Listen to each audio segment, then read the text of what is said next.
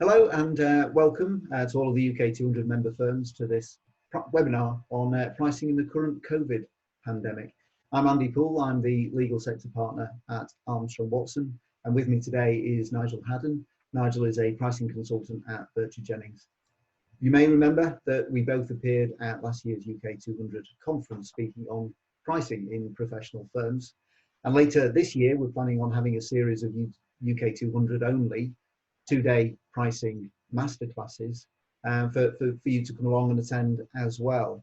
In the meantime, we thought you'd find it quite helpful to have this webinar on pricing in professional firms, given the current issues that we're all being faced with right now. What I'm going to be doing is asking Nigel a series of questions for his views, his opinions, what he's seeing law firms doing in the current marketplace, a few hints and tips, and we're hoping that you'll find this useful. If you do need anything else on the back of this, obviously we're both here for you to be able to get in touch with us, and any way that we can help, then we certainly will do. So if we can kick things off, as I say, I'm going to ask a few questions of Nigel. I'm sure he'll say hello as he's going to be answering the first questions as well. I think we can see that for almost all law and accountancy firms, right now it is all very much about cash. So how can firms use pricing skills in order to be able to help with the cash collection? Nigel, over to you. Well, hello Andy, and good morning everybody. Yeah, absolutely, it's all about cash, more so than I think ever, more so even than in the last crisis we all lived through, the GFC back in 2008 to 2013. So I think there are probably three aspects to this question that all involve an element of discounting. I think for law firms and accountancy firms, invoicing now, it's time to go back to that old tried and trusted method of offering clients an early payment discount with your invoice.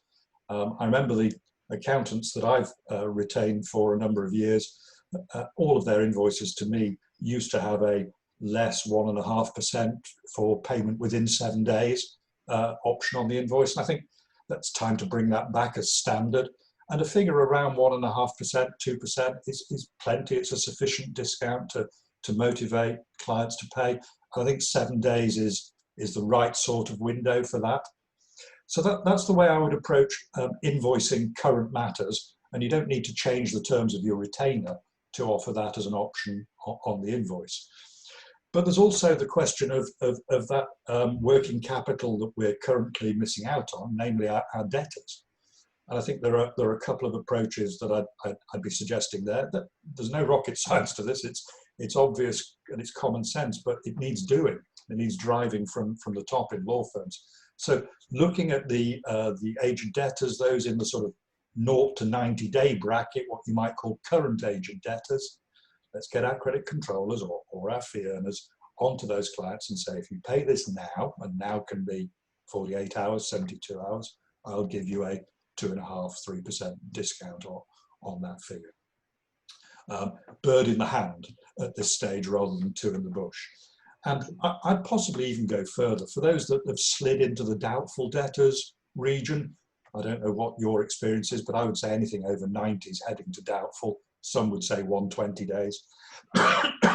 But those can be contacted and offered a slightly meatier discount, maybe as much as 4 or 5% for payment now. So those are the dimensions I'd be recommending in terms of cash collection. Yeah, and I certainly agree with you on the age profile there. I think certainly the older a debt becomes, the more doubtful it becomes. And I would be getting worried about debts over 90 days, particularly given the issues that we're all faced with right now. And many of our clients will be faced with cash flow issues themselves as well. So what was a doubtful debt before becomes a very doubtful debt now, unless we take steps that you've just been describing. So a lot of that talks about the historic work we've already performed. What about pricing for new work? Yeah, good one, Andy. And I'll be going to a theme here that I know you'll be warm to. I would say that for all new work, and you know, those that have worked with me know that I'm very keen on giving clients pricing options. I think every new matter now should include a pay up front, pay now option, slightly discounted from whatever other options are presented to the client. It all comes back to cash collection, but if we give our clients an incentive to pay now, a discount around that 2.5 to 5% bracket off the fee they might otherwise pay. It should be enough in a low interest, low inflation economy to motivate clients to pay now. And again, it's all about cash. And we both know of organizations that have used advanced payment options to go from industry standard lockup to negative lockup. Yeah, absolutely. And I see you smiling now because, you know, that's the sort of thing that we do quite actively. So, you know, I'd echo those comments. You know, we quite regularly include, even in the good times, a discount for early payment. And it's interesting that you're looking there at the percentages, which when you talked earlier about the existing debt, pay now and you'll get a slight discount, maybe 1.5%. Where we're quoting for new work, we're talking in the region of 2.5 to 5%. And I agree with you. I think that does need to be higher because they're then making a conscious decision to make that choice. Whereas we'd already done the work, expecting to get a certain amount for the work we've already done, where we're chasing the money, should be a lower discount for pay now. So I would agree with all of that. And you're right, you take those and it becomes habit. Actually, this is one of the good habits we can take forward to help, even as we come out of this, then maintaining, going from high lockup to low lockup to hopefully negative lockup, which is entirely possible. And you know that we do that quite regularly, and that helps us in that regard. So I think I would agree on pricing new work there. If we're looking at specific areas of work and looking at where firms are busy and where firms are quiet right now, that pricing for new work might change slightly. I'm thinking firms may well be busy with employment matters right now, particularly around employees being made redundant or being furloughed, etc., or making wills, particularly on the legal side or in the accountancy side, looking at payroll matters, looking at furloughing, looking at cash flow, etc. Now, you could see that as a peak in demand, but we don't want to be seen as ambulance chasing. We don't want to be seen as going out and taking advantage and creating a bad reputation on us, which will stick after we come out of this issue. So I wonder what your views are there. It's a really big question, that, Andy. First of all, let me echo something you were just saying there. I think one of the things that firms have to do is demonstrate pricing integrity. So the strategic approach, the policies they've had around pricing pre-COVID-19, they should be sticking to. And those that do indulge in profiteering, in what we call price gouging, I think the damage to their reputations will be severe, and it'll come back to bite them when all this passes. So I think we need to avoid at all costs profiteering, which means taking advantage of clients' needs when they are unable to switch to alternative providers. Now, there are many, many alternative providers for most of the things that law firms and accountancy firms take to market. But in the areas that you mentioned there, where professional service firms are incredibly busy at the moment, there is room for bringing the laws of supply and demand to the table and saying to clients, look, we're just incredibly busy in our restructuring team or our wills team at the moment, and we can't offer business as usual at business as usual prices simply because of demand. So firms will have to position themselves for really quite nuanced conversations with clients to justify modest, temporary increases in price. And if they don't have the skills to have those nuanced conversations, best not to look for that increase in price. The potential here for doing damage is enormous, and the potential upside for modest increases in those practice areas that are suffering from enjoying high levels of demand is not so great. So err on the side of integrity rather than trying to chase temporary profits. I don't know, would you agree with that? Totally agree. And I think this is somewhere that firms need to be very, very careful of. And I would totally agree with you that the side of that risk to focus on would be the lower risk element, i.e. don't damage relationships. You know, that may mean you can't turn around the work as quickly. That may mean that you can't do all of the work, but that's an easier conversation to have with people than potentially trying to put a price up, that being perceived in the wrong way and causing that reputation. And I guess it's all about developing the skills to have those sort of conversations, which I guess is the sort of thing we would be talking about on the 2-day public UK 200 training courses later this year. But if you do want to pick up the phone and speak to either of us about how you might have those sort of conversations, we can try and give you a few hints and tips in the meantime. So we talked there about some of the busier teams. Any other thoughts on any other practice areas or potentially client segmentation?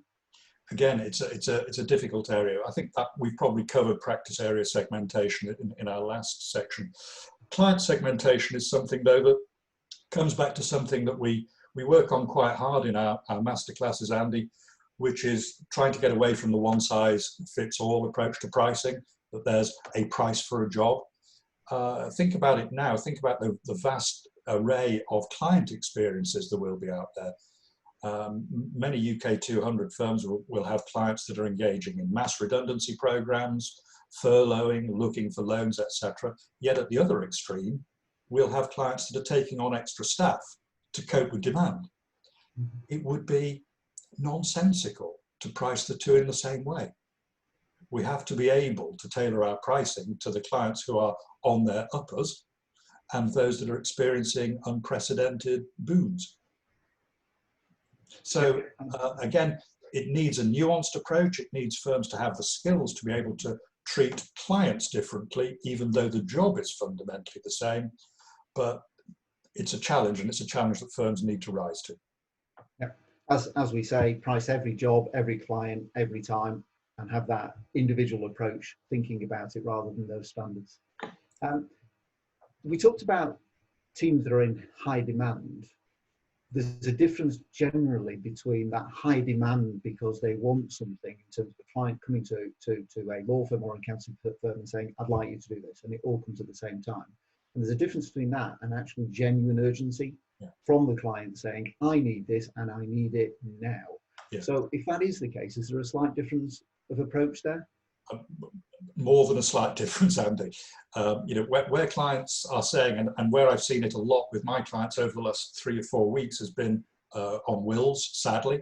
And some people have had a genuine reason for urgency in wills, not just the typical, I've been meaning to do this for 20 years, but we're going on holiday next Friday scenario that many private client lawyers will be familiar with. But some have had genuine reasons for urgency. Now, in an era of high demand for wills and estate planning, if a client wants to jump to the front of the queue and inconvenience others by doing so, it's not only appropriate that urgency should be charged out as a premium, but it's the right thing to do.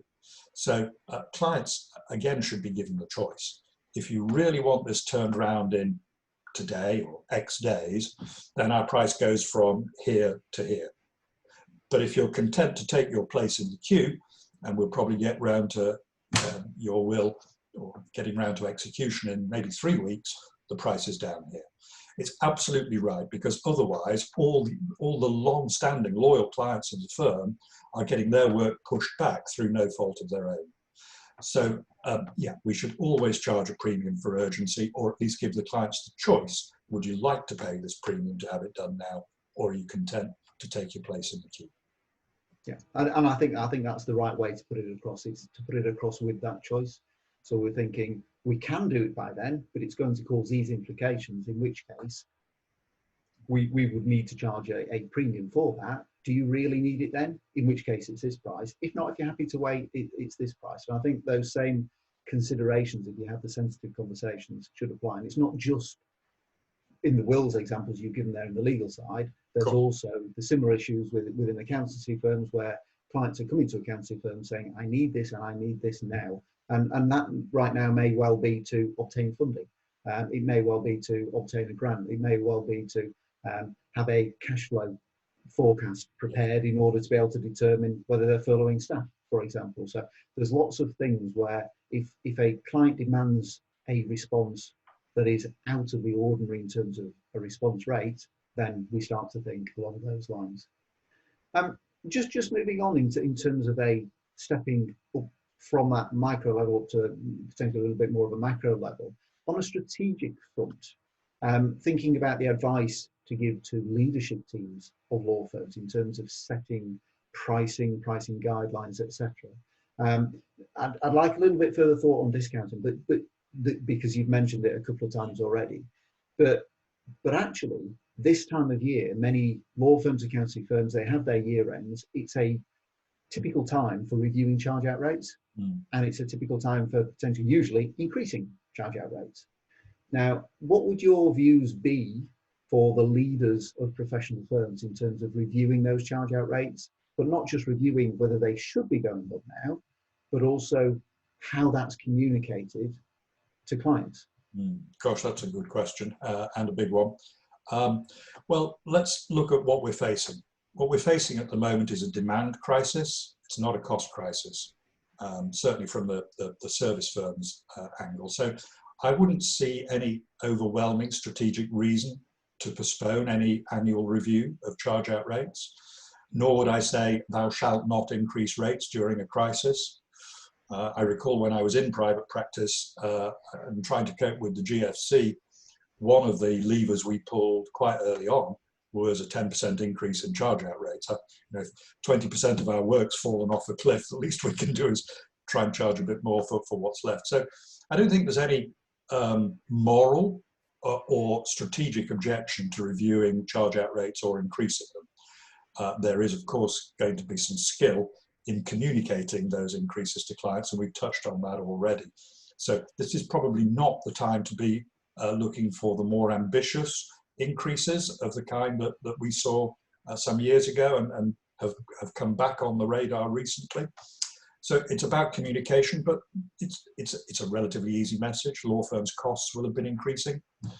So we should be able to justify at least inflation level increases and possibly a bit more. After all, there's a higher degree of wage inflation in the law than there is on the other variable costs. So that's one aspect of your question, Andy. I think that's perfectly fine to look at charge out rates at the moment. In terms of the more strategic approach to pricing, you could look at, of course, at doing exactly the opposite and reducing your prices to stimulate demand, particularly in those areas for accountants and lawyers that aren't quite so busy at the moment. Query how effective that's going to be when, for example, let's take residential conveyancing as an example. I'm not sure that reducing prices substantially there is going to do much for demand when the obstacles about viewing properties, etc., are in place. But there might be other areas, sort of discretionary spend areas like commercial contracts. You can probably think of some examples from accountancy, Andy, where firms might want to get their keep their fee earners busy and kind of incentivize client demand by reducing prices. I think that's a difficult one.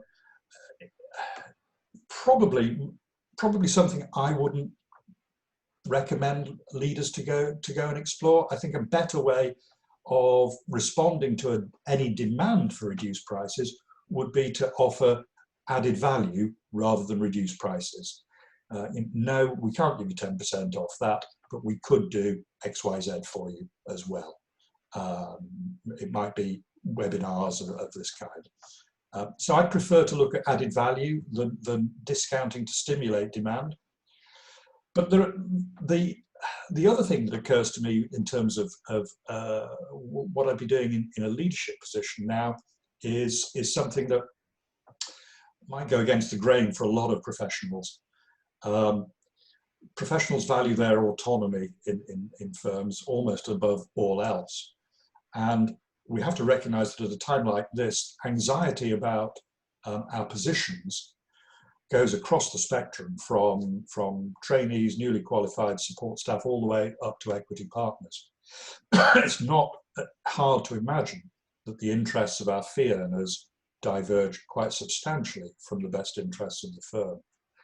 What we can't afford at a time like this is for autonomy around pricing to descend into anarchy around pricing and individual fee earners giving crazy discounts and crazy incentives. So those firms that don't have well-established, quite tight strategic approaches to pricing from a governance perspective, from a policy perspective, now is the time to deal with that.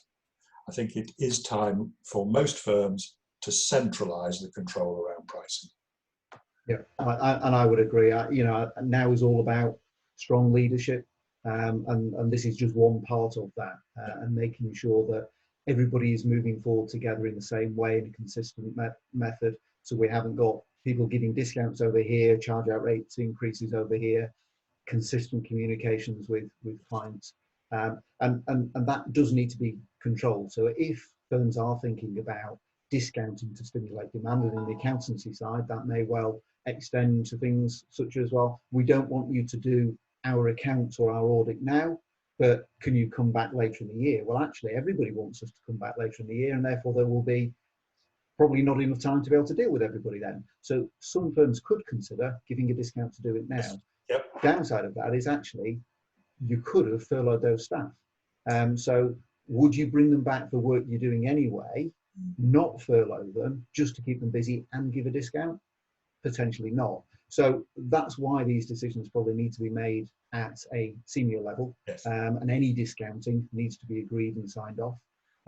Any increase in charge out rates needs to be agreed centrally and signed off, but also the communication method is absolutely vital here. I think if we are looking to do any of this, for example, increase in rates, and we communicate that to clients, let's say in writing or in an email, that's not going to go down well. They're going to be receiving that going, how dare you increase your charges at this particular point in time when I'm suffering?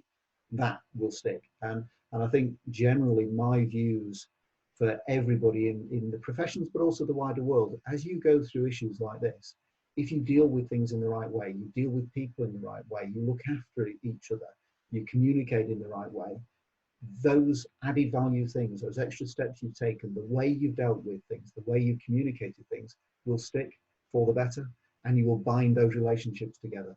Those that either try to take shortcuts or do things in the wrong way, that will also be remembered, and that will break the relationships once we come out of this. So I think we do need to take a lot of care, whatever we're doing, whether that's pricing related or anything else business or practice related at the moment. And that applies to not just clients, but that applies to our suppliers, and that applies to our people as well. So just looking at time, I think we're pretty much up against the time now. I'm hoping that everybody's found that useful in terms of taking forward some ideas in terms of how we price, how we interact with our teams, but also with our client base around pricing in the here and now. This will change, this will evolve. Practice areas will become busier, will become quieter as we go through this. We don't know exactly how we're going to be coming out of this or when we're going to be coming out of this. And therefore, I have a feeling that this, the influences on the pricing methods and choices will change as we go through this as well, and will certainly change when we come out the other end. But we will come out the other end, and I'm hoping that everybody stays safe and well, everybody's taking care. Thank you, Nigel, for taking part in this webinar this morning. Thank you to all of the UK 200 member firms for tuning in.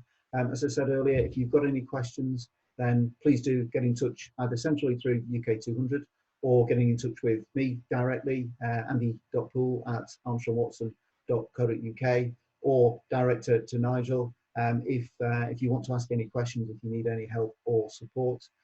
We will be getting back in touch later in the year when we know we can see you face to face about the 2-day pricing sessions as well. So for now, thank you very much. Thank you, goodbye.